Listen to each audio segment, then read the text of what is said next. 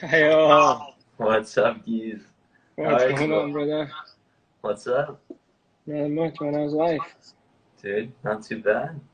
Just Right? Where are you right um, now? I'm in Chattanooga. Okay. Um, Came home from Florida for a little bit, but back in Chat and just hanging out, living the dream. Yeah, living the How's life. Michigan? Not too bad, man. Not too bad. We got some sun this week, so That's you know here. how that is. Yeah, You know how that is. I you had to know wait till May to get sun. That's brilliant, bro. 2 days of it as well, but Right on. you know that too well. I'm just gonna introduce you real quick for everybody who's joining. We've got 9 people viewing right now. Let's see what we get. Um, So everybody who's watching, this is Kyle Carr, currently playing with Chattanooga FC and Nisa. Kyle, you want to tell them something special about yourself? Anything? um, I don't have anything special to say, Okay. but yeah, I'm Kyle Carr. I play Chattanooga FC. This is my second year playing pro. Um, I was formerly with Lansing Ignite. Rest in peace. Um, and yeah, really enjoying the journey that I'm on. Good stuff. Good stuff. Yeah. So just so everybody knows, Kyle and I have a little bit of a past. We played with each other for a couple of years down in Lansing United. Also, rest in peace and Lansing Ignite. So Yeah. um, hopefully that's not a trend we've got going on. Thanks, Tom. um, so just so everyone knows about Kylan today, we're just gonna have a quick chat, probably 10 or 15 minutes. Just some general conversation, getting to know Kyle, what he's been doing during the lockdown, and hopefully some tips for anybody, future pros, future players, any young players like that. Um, so Kyle, first question I've got for you. Obviously this lockdown is new to everybody. I know for me, coaching right now, I can't do anything. Um, Yeah. Obviously, you can still train. What's that been like for you? What's that looked like for you? Yeah, so honestly, the first, I guess, couple of weeks, it was like huge disappointment, um, of course, and didn't really know when we'd be allowed to get back into the game or when we'd be allowed to start training again. So was able to like connect with a couple guys here and just do a couple of like individual workouts, just on like open fields and wherever we could roll a ball really. Um, but after some time, it was like, all right, I'm gonna go home for a bit and like Yeah, just take a break because it's gonna be a couple months till we get started. So went right. home, and kind of the same thing. I had more access to fields in Florida, so was able to train with a couple of guys and just stay sharp and ready. But we're back in Chattanooga now. All the guys are here. We have like a 14-day kind of quarantine until um, we're allowed to return to play as a team. Okay. Um, so we've been doing some like individual work, and then some like small groups. So All right. it's been That's what I productive was still. gonna Yeah. ask. So you guys are able to get some small group practices going on now? Yeah. Yeah. Okay, that's good. Do you have a date for team practices to start at? June 1st, we're allowed to start in groups up to 10, Okay. with coaches, and then maybe um, a week or 10 days later, we're allowed to do groups up to 20, I believe. Okay. Um, Good yeah, stuff. Not too far away. I bet right around the everybody's corner. gonna be excited for that. Yeah, we're buzzing about it. Right. So you said you've been doing a lot of training alone. Um, I know how difficult that can be. Obviously, in the off season, see a lot of people train alone or in small groups anyway. Has that felt different?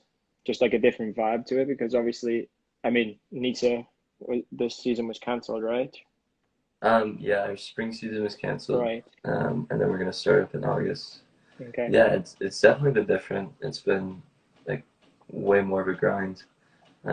You really have to stay focused and just push through, even though like it's not the fun part of the game. Like That's it's for sure. not out pinging balls with the boys or flying Right. around like actually competing. So, um, but that's just part of being a professional. Like you have to do the work even when you're not enjoying it. You know. Right. Right. And I guess that's something for anybody, any of the youth players that watch this, any young players, is everybody wants to be that pro, but obviously this is a one-off time, but there becomes times in your career, right, where you have to grind it out where you don't want to, or, and especially in the off seasons. Off seasons are long over here in America. You've got to grind that out for a couple months at a time. Yeah. So they need to do. Nick Moon's joined in. Here we go. Are we getting Nick we got on the this boys too? coming in. We got to get Nick on this, don't we? Yeah. Well, cool. So I guess you covered over the lockdown and the quarantine. You guys are starting back up soon. Do you have any idea what that's going to look like for you guys since the season's being pushed back? You guys going to be training right up until then? Yeah, so through June, we're going to be training as a team, kind of like a preseason. And then in July, we may be doing some like closed doors friendlies. Not entirely sure of specifics or whether that'll happen or not, but that's the plan. I think NISA, if everything continues, will be starting up in late August or early September. Cool. But nothing's set in stone, just with all the uncertainty. And Right. So 2 preseasons in 1 year. Yeah, exactly. Sounds so like fun. Had to do it twice. Right. Well, cool. Okay, next thing I wanted to talk about with you is going into obviously your journey so far. So, just tell us about it. Tell us where you played college, how you came about schools, and then your journey to the pro game. Yeah. So, my dad's a soccer coach. So I was always around the game, always getting tips from him. So I always really enjoyed the game, and like that was something we bonded over. So that was a huge part of like my desire to play. So growing up, kind of typical path, just youth clubs, and I started trying to push towards the better teams and get around like better players just for a competitive environment and to improve my game. Played ODP here and there. Played academy in my senior year of high school. Didn't have many options out of high school. Kind of was not recruited heavily at all. Got an offer from Taylor University. I was there for a semester. Awesome school, awesome people. Just wasn't the right fit for me with soccer at the time. So I transferred to a junior college back by my house. Finished my AA there, and then had a great year, great season. Went to Liberty University, and throughout all this, I played during the summer. So I went to Lansing United, and we played there. Had an awesome summer. Really good experience. And then obviously Lansing Ignite came up, and us being a part of Lansing United and knowing Nate and everything, I guess gave us an opportunity to get into the game, and yeah, here we are. Right. Yeah. Here you are in your second year of pro.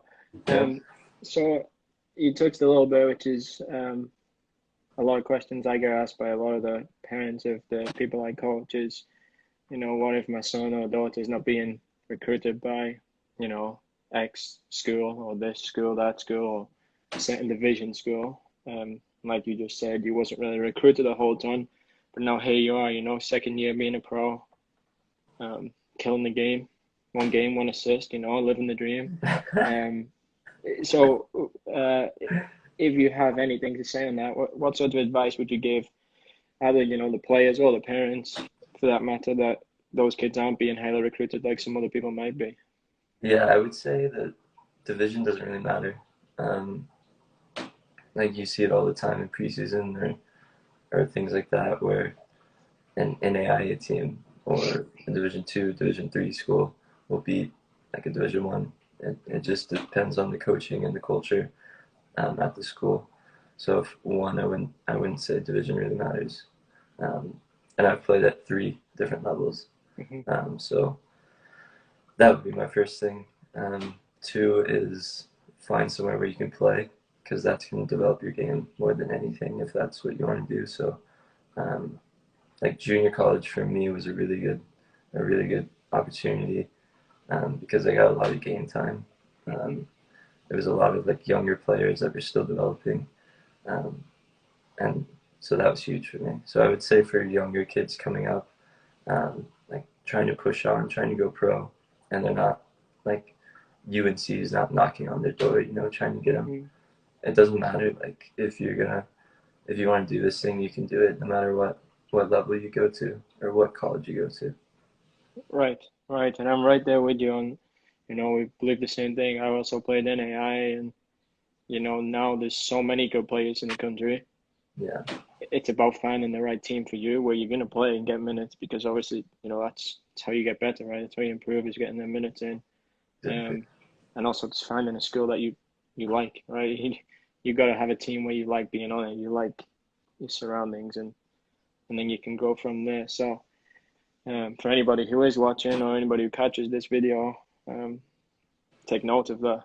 Take note of, you know, you don't have to be the number one recruit coming out of high school. You don't have to be, top player, top goal scorer, but you just need to keep playing and keep working for that stuff. Um, so, you've been at a couple of colleges, a couple of pro teams, a couple of summer teams. Um, I'm guessing you've had some really good experiences, and Yeah, also some low moments during that time. yeah. Do you have any that spring to mind? Low moment, best moment, anything like that you could share?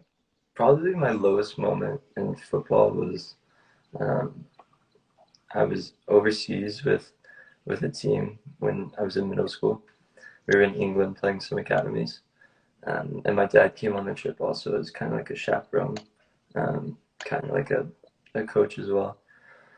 And I was just not performing, having a really get like bad time. It was just like so discouraged, um, and I almost quit. I was like, I don't think I want to do this anymore. And my dad said, "All right, like we have to finish out this trip because you've committed to it, and Hmm. then when we get back to the States, like you can decide, like if you want to keep playing or not." So that was probably like my lowest moment where I was just like so frustrated that I wanted to give up. Um, and just my dad helped me guided me through it. That was tough. It happens. um, yeah, so just like that perseverance to keep pushing um, and finishing things that you need to. Right. And then let's flip that over and let's give somebody um, a positive outlook on that. What was one of your highs in football and soccer? What was one of your best moments on the field or off the field? Um, Yeah, yeah. I would say like the debut is a big one, just because it's kind of the culmination of 20 years of work. Right. Like we've worked for this for so long, and for it to finally come true, um, you can't like. And then we won that day too, so Uh-huh. it was a really good moment. So yeah, it's worth it. It's worth all Right. the work you have to put in. Yeah. And as you can see just from them two statements right there, as a kid you had such a low that you didn't want to play no more. Um, we have emotions growing up, and here you are now. You've made your debut. You're on a second year contract, and it's all turned around and for the good, and probably what you've always wanted too. So, um, the feeling of getting to the pro game and making your debut after working for 20 years is like, it's what we've all dreamed of, lying in bed at night. So, Mm-hmm. um, it's really good that you bring that stuff up. Um, I guess going from that, then, looking forward into the rest of your career. Um, Obviously, careers can be short, can be long. Do you have any sort of goals for your career? Like, you want to play for a certain amount of years? Do you want to reach a certain league? Just any goals that you may have going forward. Yeah, I'm in a place where like my body's healthy. I'm feeling good. Hmm. I like what I do. Like I wouldn't trade the job for anything. So I'm gonna see like where I can go with it. Um, I'd love to make it to the MLS, um, or like a similar level somewhere in the world, Hmm. um, just to really see how well I can do. Um, Right, so that's the dream. We'll see what happens. Um, but I know it'll take a lot of work to get there, and right. yeah, I'm cool with that. Yeah, Let's make it happen. right. And it's, it's in touch, right? Like once you make it into the pro game, and once you're there, it's, it's up to you to put in the work to climb the ladder, as to say, or anything like that. Do you have any interest of, you said like something similar to the MLS, going overseas, maybe checking out another country? Yeah, I'd love to experience a new culture for a couple of years. That's definitely like in the back of my head, um, in like my progression and the journey. Um, Right. when I don't know if it'll happen, just depends on the opportunities. But I think it'd be awesome to live abroad for a bit and experience football on the other side of the pond. Right. That it would, and find yourself some new coffee shops on the way, You know it, bro. huh? Elmer Info is commenting on the mustache right now. So is somebody else. So um, Kyle is famous for that mustache. You can check his pictures over the last few years, his They're headshots. pretty I'm good. sure it's there. um, okay, so we touched on your career. Where you want to go is obviously you wanna climb the ladder, which is what we do as a player. It's what you want to do, and even as a coach too, it's what you want to do. You want to reach the highest level you can. Um, with that, though, it becomes a lot of, especially in the US, where there's no relegation promotion service, you'll be changing teams quite often to climb ladders, right? So, um, any advice for players who change teams a lot? What was that? Can you hear it else in the background? No, what did you say? He's just Kyle said hello. He's just giggling away in the background out there. Just like any advice for people who change teams often, you'll be climbing a ladder, so you'll be changing teams. There's no promotion here yet, so you won't be able to consistently stay with, as of right now, Chattanooga through the leagues. So any advice on changing teams and how you bond with teammates and any youth players who go from club to club or an ODP team or anything like that? Yeah, I would say like the biggest thing you need to do when coming into a team is know that you're not bigger than the team. Like I'm here in Chattanooga, I'm here so Chattanooga's successful. I'm Right. here so the team does well. And if the team does well, I've done my job. So knowing like that's your focus and if you're working towards that, then you're not gonna have a hard time with like making friends or bonding because you guys are after the same goal. It's the guys that come in and only worry about themselves and only Mhm. are there to serve themselves and and and are only focused about themselves. Those are the guys that end up not making friends or not getting along with people, and that kind of hurts the team in the long run. So just knowing that, hey, we're all here for the same purpose. We're all here so the team does well, and uh, and yeah, you'll have no problem. Right. And so just summing that up is, the team's bigger than the one individual, and if you have all individuals on the team working together, then the team does better, and then that's when you get noticed, right? You can't get noticed being an individual because you know coaches don't want individuals. They hear about that, they see that it's obvious on the field when somebody's playing for themselves and not the team that they're playing for. Um, So that's good advice. I guess just on the same note, kind of, probably one of my last questions for you is, um, just growing up in general in America. There's a lot of systems you can play in. There's a lot of club teams. There's a lot of academies. So there's players of all levels. Um, any advice for players just growing up, um, on the game? Just how to stay in the game, how to enjoy the game, anything like that. Yeah, just try to love it. Like for me, I love like pickup soccer. I love Hmm. like going out with my friends and kind of just having a bit of creativity and kind of a free play. Um, and that's what keeps me going. Like the idea of like just being able to be with the people that I love and the people that I enjoy being around and playing a sport that we all enjoy.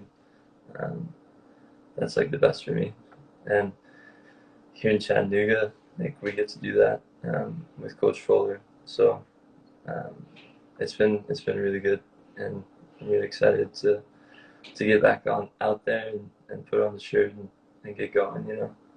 I bet. So, well, I just want to thank you, for, having this conversation and giving some advice and sharing some of your moments. Hopefully it'll inspire some people out there or motivate some people, some players.